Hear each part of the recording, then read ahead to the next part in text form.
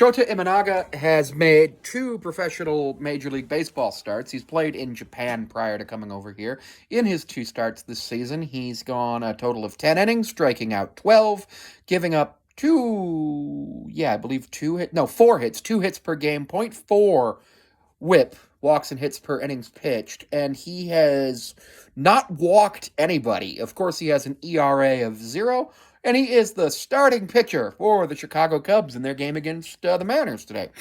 So obviously the Mariners haven't seen him yet. I think it's going to be interesting because on the other side, you've got Emerson Hancock, who does have one of the wins for the Mariners this year. He's 1-1 in his two starts with 7 strikeouts and 11.42 ERA. I'm not confident that he'll do well, but I'd like to be proved wrong. The last game he did not pass the eye test, but the thing is, everybody has a bad game once in a while.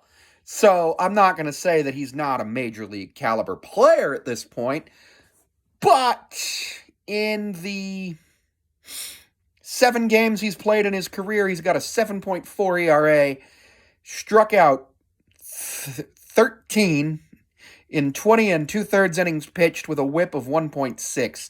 This season, he's 1-1 with 8 and 2/3 innings pitched, struck out 7, and a 1.96 whip. I'm not liking that.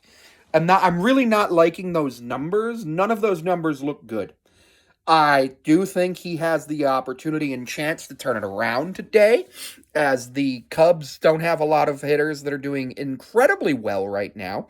But you never know. He could go out there and he could be the first pitcher in Major League history to give up 24 runs on 27 hits without recording an out in 1 inning. And obviously in 0 innings of work, which would mean that his ERA would be infinite based on that, but it would factor in everything else, which would be interesting. I am actually super excited to see Imanaga pitch because he was really hyped coming out of Japan. Not as hyped as Yamamoto, but I think he's really good.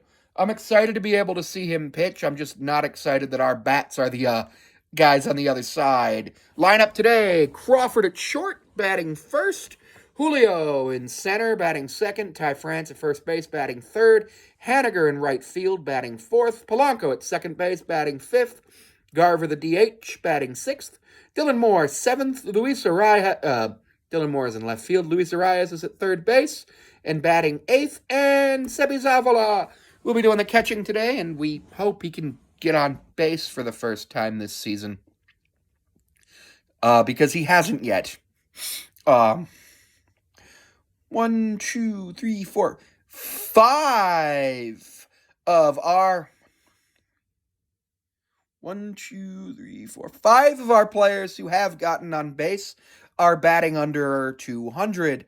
Not great, but I do expect Crawford and Polanco to get better. I expect Garver to get better, but I think the Mariners, after what happened with last year with Wong and AJ Pollock, will move on from him if they have to early.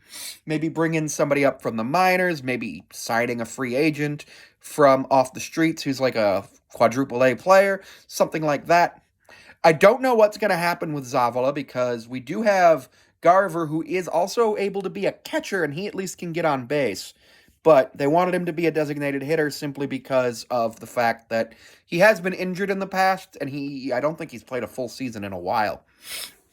Looking at matchups, obviously the Mariners have never faced the Cubs starting pitcher, and the Cubs have never faced Hancock. So this is going to be a game where anything could happen.